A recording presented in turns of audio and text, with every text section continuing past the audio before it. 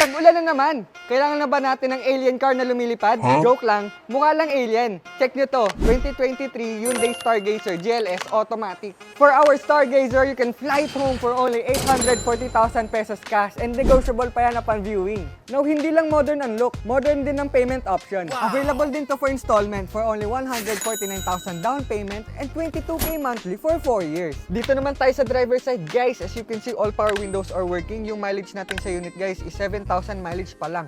Yung audio controls natin nandito na sa steering wheel. Naka-push start button and yung infotainment system natin, guys, may Apple CarPlay at Android Auto ng kasama. Very responsive. Yung aircon natin, guys, is super lakas and super lamig.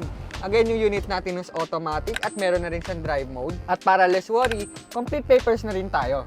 Under the hood, we're looking at a 1.5 liter SmartStream engine na paired sa IVT. Dito naman tayo sa passenger side, guys. As you can see, naka-leather seats na tayo and nakamating na rin. Yung aircon natin dito sa likod, guys, is super lakas and super lamig.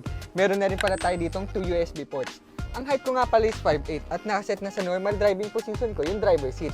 May enough space pa ako sa tuhod, enough space sa headroom, kaya kung medyo matangkad ka, komportable ka. Inside the trunk, as you can see, very spacious siya and foldable na rin yung seats. Kasya ang 1 week grocery ni Mommy. Yung tires natin, as you can see, super kapal pa, kaya ready na for a long drive. Dito na tayo sa exciting part, test drive.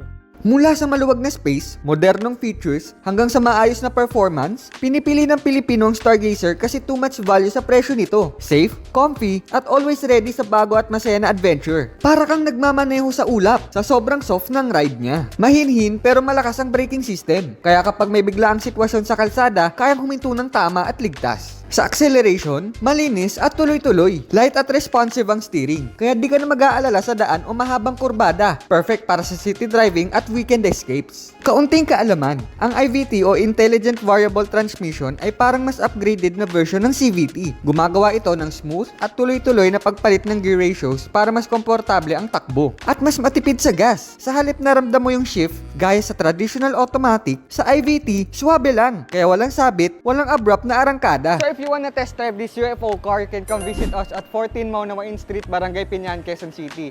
We're open from Monday to Saturday, 9 AM up to 5 PM.